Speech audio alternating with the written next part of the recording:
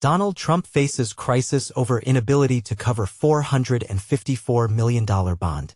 Self-proclaimed billionaire Donald Trump has publicly displayed his frustration on social media due to his inability to cover a massive $454 million bond required by a fraud judgment. On Truth Social, Trump vented, "This so-called judgment completely overlooks our full win on the statute of limitations issue last year. The biased judge and attorney general are ignoring the appellate court's decision, which clearly stated that most claims are barred by the statute of limitations. Their illogical arguments don't change this fact." He further criticized Judge Engoron, biased and incompetent. Judge Engoron, who should have never overseen this case, blatantly disregarded our initial appellate victory. Properly applying the statute of limitations nullifies approximately $350 million of the judgment.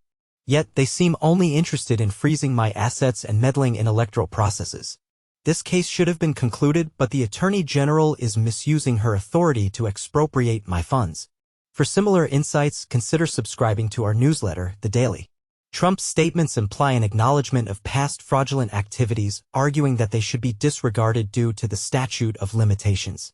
This admission alongside his defense highlights a critical financial predicament: the lack of funds to satisfy the fraud bond.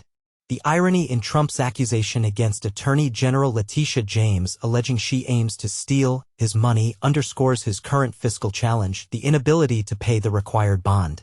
Essentially, Trump suggests James is targeting finances he claims not to possess. Efforts by Trump to delay the bond payment deadline appear futile. He is faced with a looming Monday deadline to either produce $454 million or confront the state's seizure of his assets.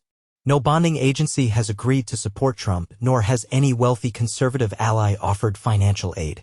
It seems the former president is on the verge of a significant financial setback.